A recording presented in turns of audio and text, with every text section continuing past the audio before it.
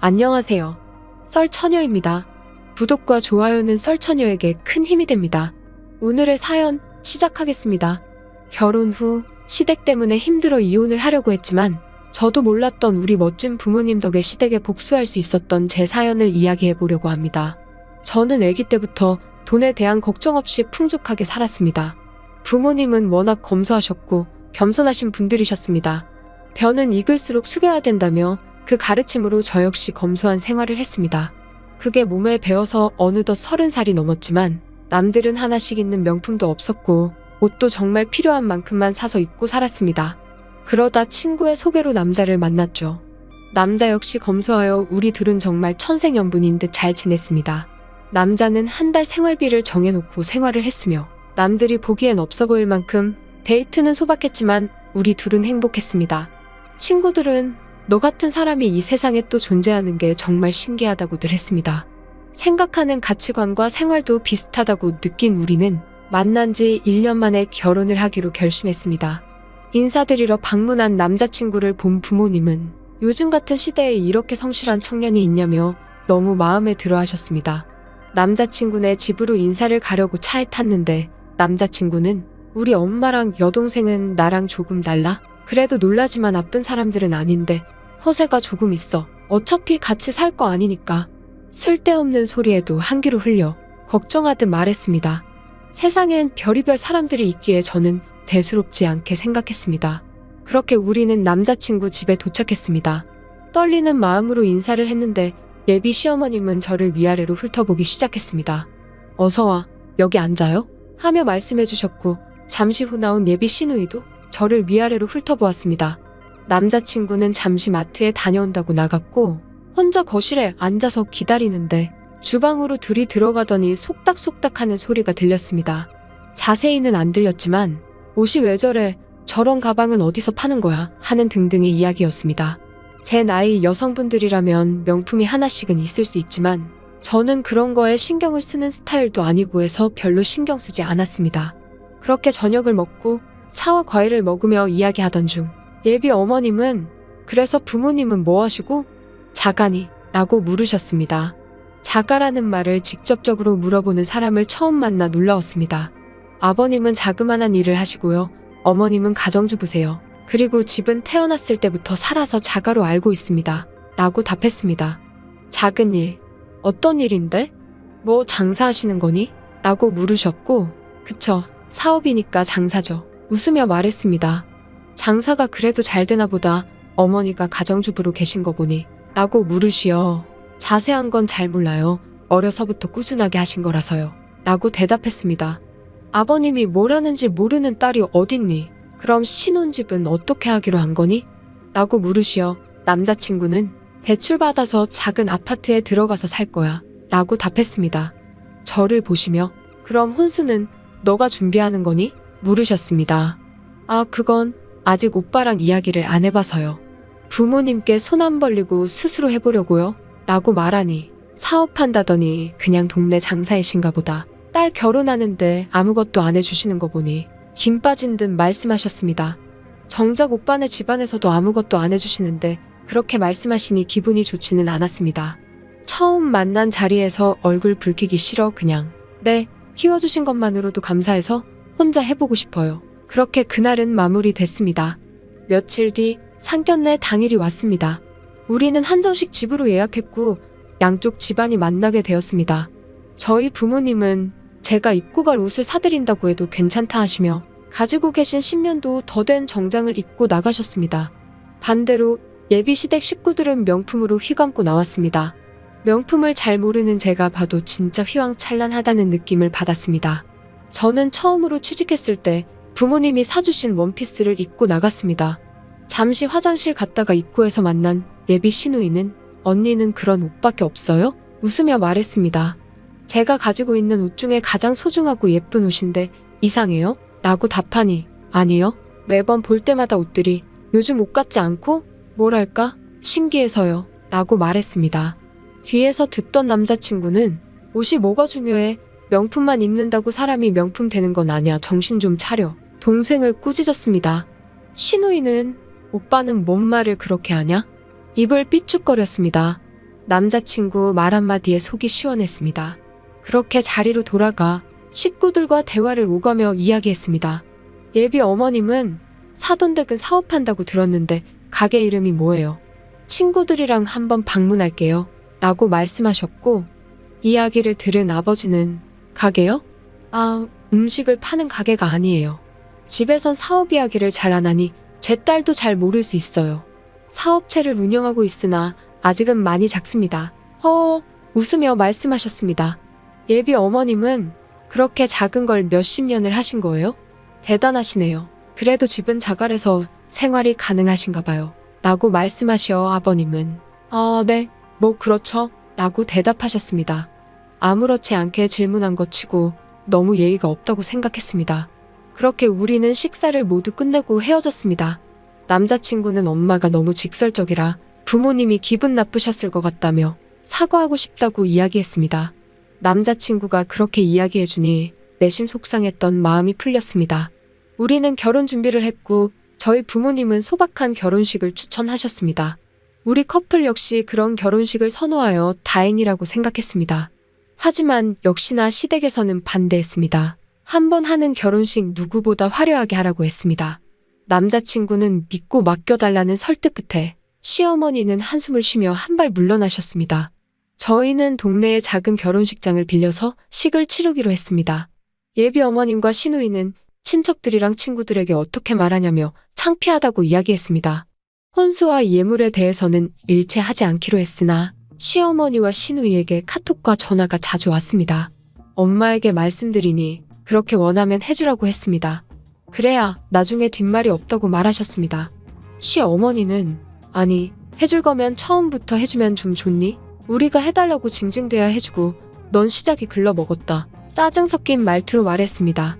양가 어머님 한복을 맞추러 갔을 때도 두 분이 같은 패턴으로 해야 이쁘다고 담당자가 추천해 주었지만 시어머님은 듣지도 않고 무조건 화려하고 비싼 거에만 집착하셨습니다.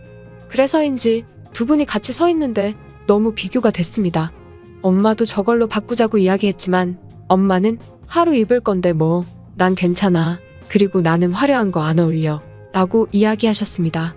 결혼 당일 아니나 다를까 두 분이 서 계시는데 보시는 분들마다 비교된다. 한쪽이 너무 화려한 거 아니냐. 보기 불편하다 등등 이야기가 나왔습니다. 속상한 마음이지만 하루니까 참고 넘어갔습니다. 그렇게 우리는 신혼집으로 들어가 알콩달콩 살았습니다. 남편이 오랜만에 시댁에서 식사를 하러 가자 하여 시댁에 방문했습니다. 남편은 주차를 한다고 먼저 올라가 있으라 했습니다. 문이 열려있어 인사를 하고 들어갔는데 제가 온지 모르셨나 봅니다. 주방에서 시누이와 시어머님은 대화를 나누고 있었습니다. 엄마, 오늘은 새언니 무슨 옷 입고 올까? 나도 처음엔 별 생각 없었는데 걘 똑같은 옷만 입는 것 같더라. 서로 호호하며 웃고 있었습니다. 근데 그 나이에 제대로 된 옷이랑 가방이 없는 게 말이 돼? 내 주변에서는 본 적도 없어. 명품 하나 없고 후줄근하게 입는 사람. 하며 웃었습니다. 어머님은 야, 상견례 때 못 봤냐? 그 집 사람들 옷 입은 꼬라지 좀 봐라. 뭘 보고 배웠겠니? 라며 맞장구를 치고 있었습니다. 계속 듣기 힘들어 큰 소리로 안녕하세요 라고 인사했고 둘은 엄마야 하면서 화들짝 놀래며 너는 소리도 없이 오니? 라고 말씀하셨습니다. 둘은 서로 쳐다보며 들은 거 아냐? 라고 속삭이는 것 같았습니다. 그렇게 후식으로 먹을 과일과 간식거리를 식탁에 올려놓는데 고작 이거 사오려고 그렇게 늦었니? 라고 물으셨습니다. 아니요, 저희 약속 시간에 맞춰 왔는데요? 라고 말하니 미리 와서 준비하는 거 도우면 좀 좋아. 너는 그렇게 센스가 없니? 라고 말씀하셨습니다. 다음부터 미리 말씀해 주시면 시간 맞춰 올게요. 라고 답하면서 상을 차리는 걸 같이 도와드리고 있었습니다.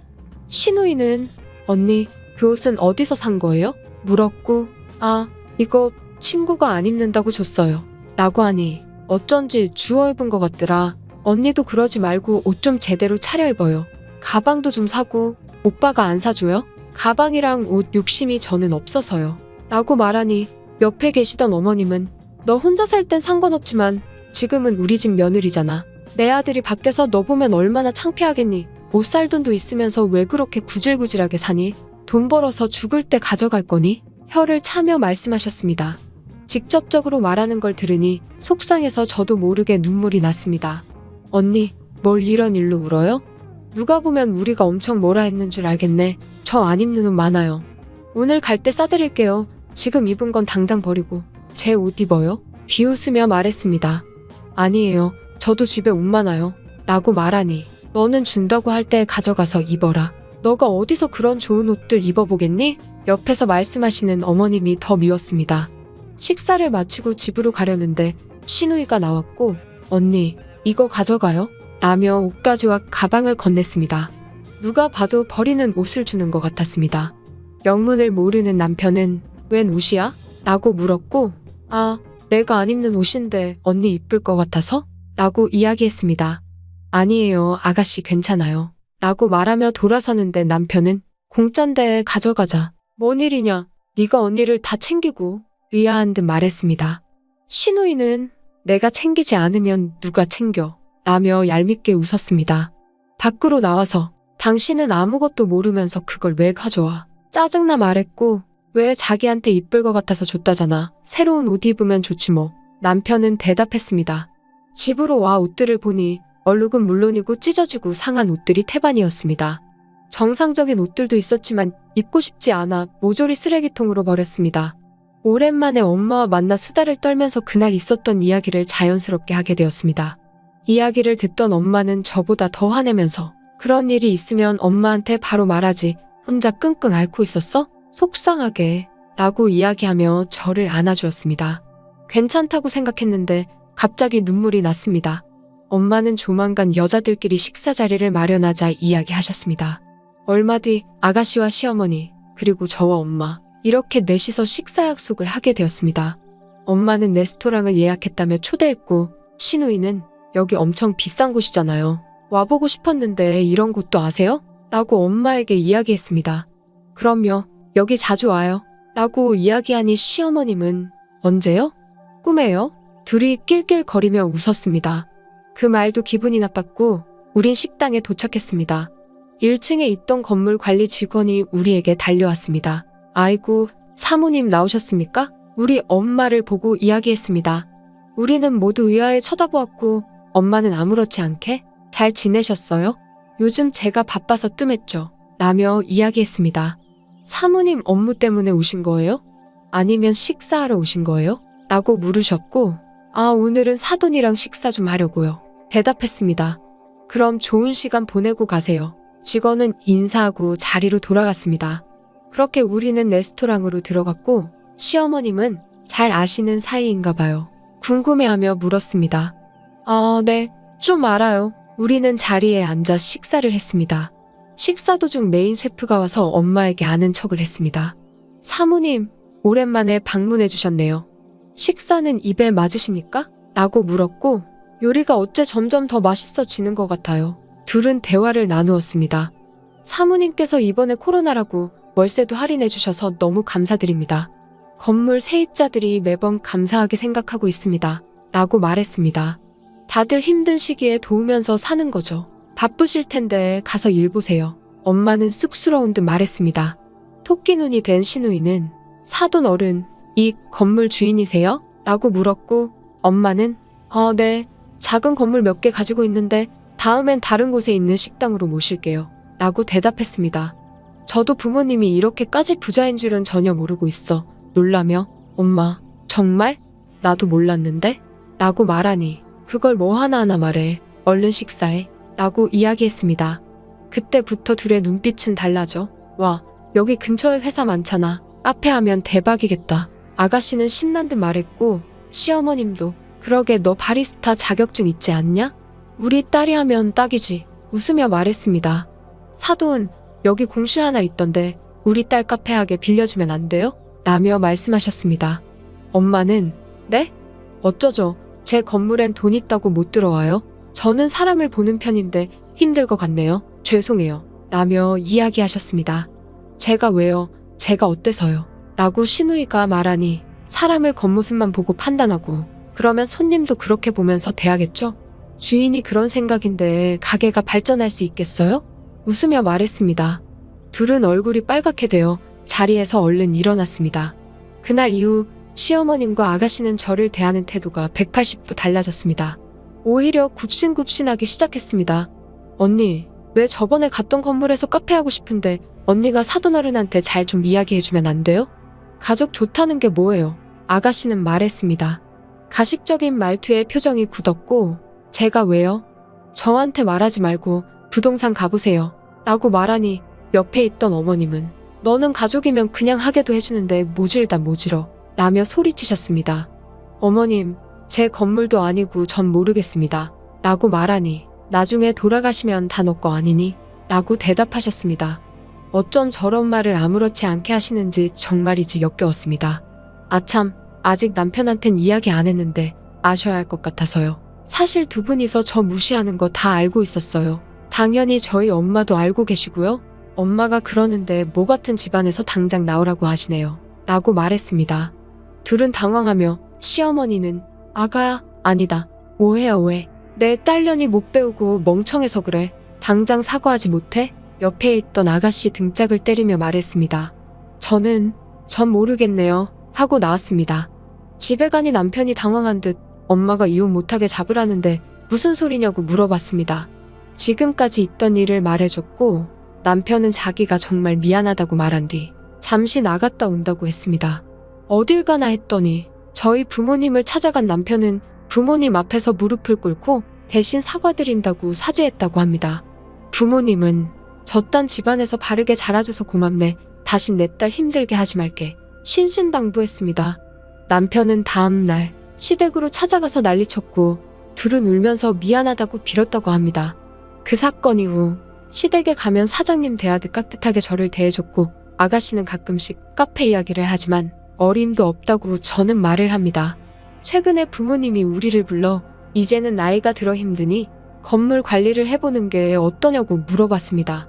남편은 장인 장모님이 일구신 건데 숟가락만 올리고 싶지 않다고 했습니다. 저 역시도 그렇게 생각했고 시댁 복은 없었지만 남편 복은 있다고 생각해 너무 행복합니다. 오늘의 사연은 여기까지입니다. 긴 사연 끝까지 들어주셔서 감사합니다.